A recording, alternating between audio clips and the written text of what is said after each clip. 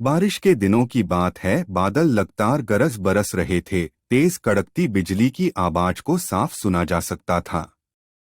उसी दौरान बाबूजी की तबीयत अचानक बेहद नाजुक हो गई। आनन फानन में माँ ड्राइवर बुलाने की बात कह रही थी, पर उसने सोचा अब इतनी रात को इतना जल्दी ड्राइवर कहाँ आ पाएगा।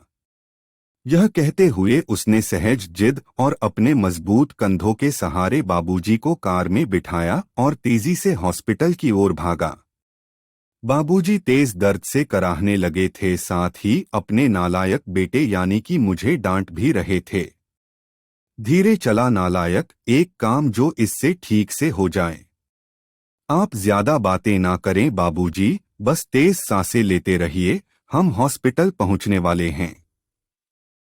अस्पताल पहुंचकर उन्हें डॉक्टरों की निगरानी में सौंप वो बाहर चहलकदमी करने लगा।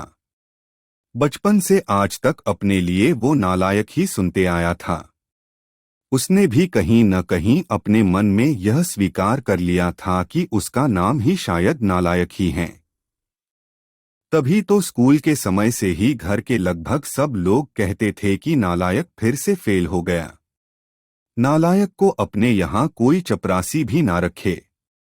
कोई बेवकूफ ही इस नालायक को अपनी बेटी ब्याहेगा। शादी होने के बाद भी वक्त बेवक्त सब कहते रहते हैं कि इस बेचारी के भाग्य फूटें थे जो इस नालायक के पल्ले पड़ गई। हाँ, बस एक माँ ही है जिसने उसके असल नाम को अब तक जीवित रखा है, पर आज अगर उसके बाबूजी को कुछ हो गया तो शायद वे भी। इस ख्याल के आते ही उसकी आंखें छलक गई और वो उनके लिए हॉस्पिटल में बने एक मंदिर में प्रार्थना में डूब गया। प्रार्थना में शक्ति थी या समस्या मामूली, डॉक्टरों ने सुबह सुबह ही बाबूजी को घर जाने की अनुमति दे दी।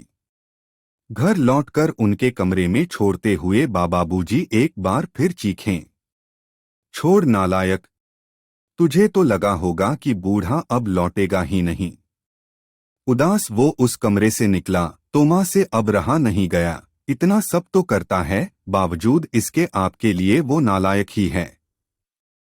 राजेश और संजय दोनों अभी तक सोए हुए हैं। उन्हें तो अंदाजा तक नहीं है कि रात को क्या हुआ होगा। बहुओं ने भी शायद उन्हें बताना उचित नहीं समझा होगा। यह बिना आवाज दिए आ गया और किसी को भी परेशान नहीं किया। भगवान न करे कल को कुछ अनहोनी हो जाती तो। और आप हैं कि उसे शर्मिंदा करने और डांटने का एक भी मौका नहीं छोड़ते। कहते कहते माँ रोने लगी थी। इस बार बाबूजी ने आश्चर्य भरी नजरों से उनकी ओर देखा और फिर नजरें नीची कर ली। माँ रोते रोते बोल रही थी, अरे क्या कमी है हमारे बेटे में? हाँ मानती हूँ पढ़ाई में थोड़ा कमजोर था।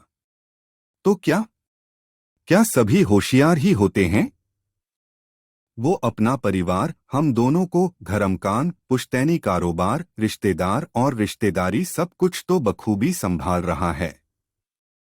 जबकि बाकी दोनों जिन्हें आप लायक समझते हैं, वो बेटे सिर्फ अपने बीवी और बच्चों के अलावा ज्यादा से ज्यादा अपने ससुराल का ध्यान रखते हैं। कभी पूछा आपसे कि आपकी तबीयत कैसी है? और आप हैं कि? बाबूजी बोले, विमला तुम भी मेरी भावना नहीं समझ पाई। मेरे शब्द ही पकने न।